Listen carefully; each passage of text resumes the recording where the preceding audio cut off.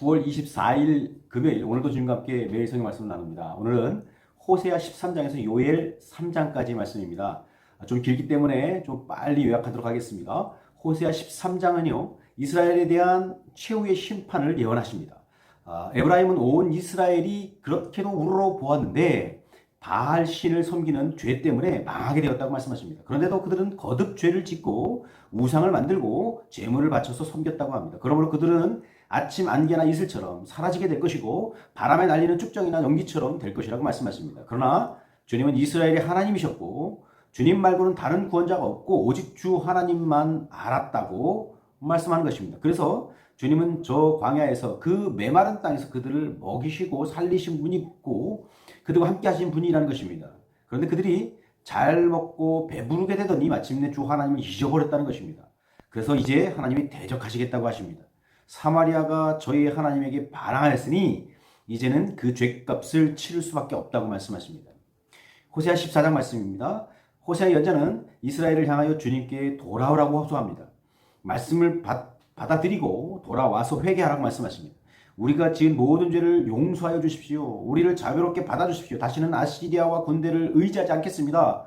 다시는 우상을 만들어 우리의 신이라고 하지 않겠습니다. 라고 고백하고 회개하고 호소하라고 말씀합니다. 이제 마지막으로 주님께서는 이스라엘에게 새 삶을 약속하시는데요. 내가 그들의 반역하는 병을 고쳐주고 기꺼이 그들을 사랑하겠다. 내가 이스라엘을 나리꽃처럼 피게 하고 백향목처럼 향기롭게 하겠다고 말씀하십니다. 농사를 지어 곡식을 거두고 포도나무처럼 꽃이 필 것이다. 내가 너를 지켜서 너희를 지켜주마. 너는 필요한 생명의 열매를 언제나 얻을 수 있을 것이다. 그렇게 말씀하십니다. 이제 끝맺는 말로 이렇게 말씀하십니다. 주님의 길은 올바르다. 의로운 백성은 그 길을 따라 살아가지만 죄인은 비틀거리며 넘어질 것이다. 그렇게 말씀하셔서 이 호세아 말씀을 마칩니다. 이제 요엘서로 들어가는데요. 요엘서의 저자 선지자 요엘은 주전 9년에 남유다에서 활동했던 선지자였습니다. 유다 왕 제 8대 왕이었던 요아스가 통치했던 때였는데요. 전 유다의 전역에 닥치는 그 큰 재앙, 메뚜기 재앙을 배경으로 해서 여호와 하나님께서 주시는 말씀을 강력하게 심판의 말씀을 선포합니다. 그리고 또 성령님이 강하게 임하시는 그 임하심을 선포하십니다. 그래서 영의 예언자, 성령 강림의 예언자라고도 말씀하고 있습니다. 이제 요엘 1장으로 들어갑니다. 요엘 1장은요, 메뚜기 재앙은 전에 없었던 전무후무한 재앙이었기 때문에 역사적인 그 큰 재앙이, 큰 일을 이제 모든 자녀들에게, 자자손손에게 잊지 말고 전하라고 말씀하십니다. 왜냐하면 전멸당하는 재앙이기 때문이라고 말씀하십니다. 이 재앙은 종말론적인 재앙이기 때문에 깨어 울며 부르짖어야 한다고 말씀하십니다. 곡식제물도 다 떨어져서 하나님 앞에서 제사 드릴 수 없을 만큼, 제사 드릴 제물이 없을 만큼 되어서 제사장들이 탄식한다고 말씀합니다. 밭이 황폐화되어서 모든 곡식이 다 말라 죽어서 농부들은 슬퍼하고 백성들은 기쁨이 사라지고 제사장들은 밤새워 통곡할 거라고 말씀하십니다. 이와 같은 재앙이 올 때에 거룩한 금식의 날을 선포하고 성회를 열어서 모든 그 장로들과 백성들을 모으고 주님께 부르짖자고 말씀하십니다. 이날은 주님의 심판의 날, 파멸의 날이기 때문에 재앙이 하나님께로부터 임하는 이때에 도저히 인간의 힘으로는 재앙을 벗어날 수 없다고 말씀하십니다.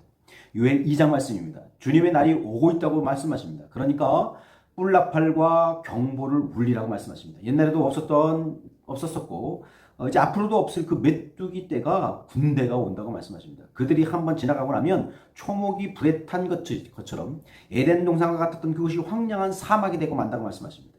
그들은 용사처럼 공격하고 군인처럼 성벽을 오르고 전열을 맞춰서 쳐들어온다고 말합니다. 전진할 때에는 땅이 진동하고 온 하늘이 흔들리고 해와 달이 별이 빛을 잃고 만다고 말합니다.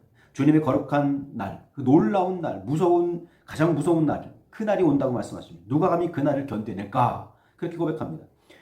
그러면서 회개를 촉구합니다. 지금이라도 너희는 진심으로 회개하라. 금식하고 통곡하고 슬퍼하면서 주님께 돌아오라고 말씀하십니다. 옷을 찢지 말고 마음을 찢으라고 말씀하십니다.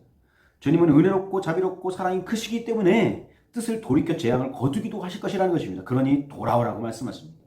회개하고 돌아오게 되면 주님께서는 곡식과 포도주와 올리브 기름을 주시고 메뚜기 군대를 멀리 쫓아내 버리시겠다고 말씀하십니다. 그러면 주님께서 큰 일을 행하셨다고, 큰일을 하셨다고 기뻐하면서 즐거워할 것이고, 이제 주님밖에는 다른 신이 없다는 것을 알게 될 것이라고 말씀하십니다. 그런 다음에 모든 사람에게 주님의 영을 부어주시겠다고 말씀하십니다. 그때가 되면 남녀노소 심지어는 종들에게까지 모든 사람에게 주님의 영을 부어주시겠다고 말씀하십니다. 그래서 해가 어두워지고 달이 빛빛같이 붉어지는 그날에 주님의 이름을 불러 구원을 호소하는 사람은 다 구원을 받을 것이라고 말씀하십니다.